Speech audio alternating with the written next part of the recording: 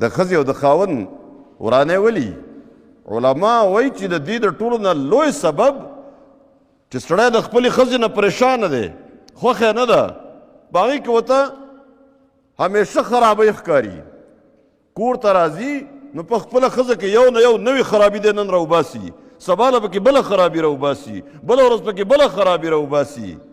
نو د ښځې او د خاوند د تعلق د خرابېدو غټه وجه دا ده چې دی بهر پردو ښځو سره میل ملاپ شروع دی، گپ شپ شروع دی، د هغې مخ ته هم ګوري، د هغې ټول کارونو ته هم ګوري، د هغې سره خبرې هم کوي. د دې په نتیجه کې د هرې ښځې جدا صفات وي، د هغې حسن به جدا قسم وي، د هغې خبرې جدا قسم دي، د هرې یوې لباس جدا دی، د هغې کړه وړه جدا دي.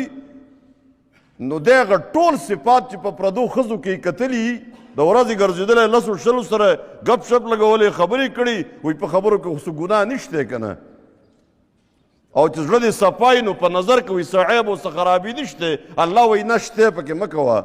دی چې کور ته راشي نو هغه ټولې خوبۍ چې د په پردو ښځو کې لیدلي هغه په دې خپله یوه ښځه کې کتل غواړي.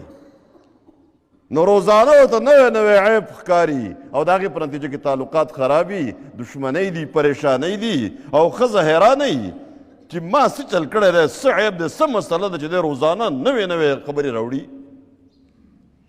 دا وړوکی عذاب نه دی. ګورئ د کورونو دننه دشمنۍ، د ښځې او د خاوند پریشانۍ او دشمني د دې نوبت طلاقو ته ورسي، د دې بد اثرات په بچو باندې پرېوځي او خاندانونه تباه کېږي. وړوکی عذاب خو نه دی که نه؟ هم د دې بې حیایۍ د خورولو په نتیجه کې چې ایمان رخصت شي، نو زموږ کنټرول کوونکی خو ایمان دی که نه؟